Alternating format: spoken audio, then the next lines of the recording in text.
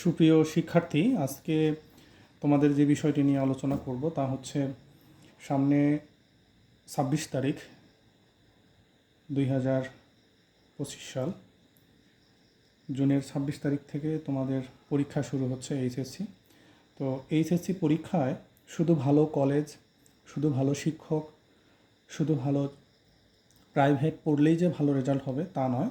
আমি যে বিষয়টি নিয়ে আজকে তোমাদের সামনে উপস্থাপন করতে চাচ্ছি তা হলো যে খাতা পরিচ্ছন্নভাবে উপস্থাপন, পাশাপাশি খাতার কিছু নিয়ম আছে লেখার, যে মার্জিন কিভাবে দিতে হবে, কিভাবে একটা কোশ্চেন শেষ করতে হবে, এবং খাতার লেখা একদম শেষ করে কি সাইন ব্যবহার করতে হবে এবং কি কি কলম এবং পেন্সিল ব্যবহার করতে হবে সেগুলো সম্পর্কে আজকে আলোচনা থাকবে।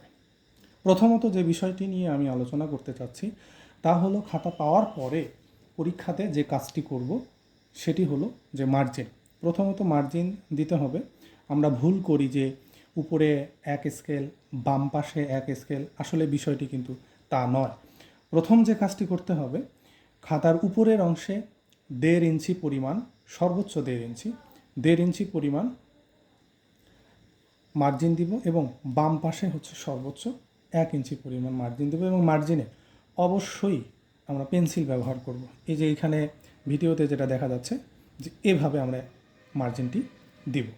এরপরে লেখা যে অংশ থেকে শুরু করব এভাবে, অর্থাৎ 1 নং প্রশ্নের উত্তর ক দেওয়ার পরে আমরা এখান থেকে শুরু করব।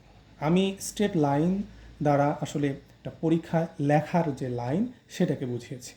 এভাবে শুরু করব। এভাবে শুরু করলে অনেক স্মার্ট দেখাবে।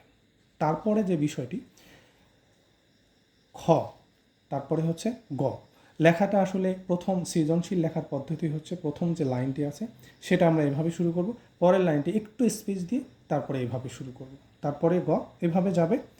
এখানে একটা গুরুত্বপূর্ণ বিষয় হলো, যদি বাংলা ভার্সনে আমরা লিখি তাহলে লেখার অর্থাৎ প্রশ্নের যদি অংশ বাকি থাকে লেখা, তাহলে আমরা একদম পৃষ্ঠার শেষে লিখব অপর পৃষ্ঠা দ্রষ্টব্য, এভাবে সংক্ষেপে লিখব। যদি ইংরেজি ভার্সন হয় তাহলে PTO এই কথাটি অবশ্যই লিখব। এরপরে ঘয়ের অ্যান্সার যখন দিব তখন এভাবে আগের মতো করেই লিখব। এখানে গুরুত্বপূর্ণ বিষয় হলো, একটি প্রশ্নের উত্তর পরিপূর্ণভাবে যখন লেখা শেষ হবে তখন এই মার্জিন, বাম পাশের মার্জিন থেকে খাতার ডান পাশের অংশ পর্যন্ত 3 ভাগের 1 ভাগ মাঝ বরাবর একটি স্ট্রেট লাইন ব্যবহার করব। এটির অর্থ হলো এই প্রশ্নটির পরিপূর্ণ লেখা শেষ এবং এরপরেই অন্য কোনো প্রশ্ন লেখা শুরু হবে, এটি দ্বারা বোঝায়। এরপরে যখন সবগুলো প্রশ্নের উত্তর লেখা শেষ হবে, তারপরে আমার একদম খাতার শেষে অর্থাৎ লেখার শেষে আমি যে কাজটি করব সেটি হচ্ছে 2টি স্ট্রেট লাইন এভাবে পরপর প্যারালালভাবে দিব, এবং এটিও এই মার্জিন থেকে একদম খাতার ডান পাশের অংশ পর্যন্ত 3 ভাগের 1 ভাগ মাঝ বরাবর এভাবে, আমি এখানে যেভাবে দেখিয়েছি এভাবে দিব। এটি দ্বারা বোঝাবে যে আমার এখন পরীক্ষা শেষ। পরে যদি ফাঁকা পেজ থাকে তাহলে ওই পেজটি আর স্যারের দেখার প্রয়োজন নেই।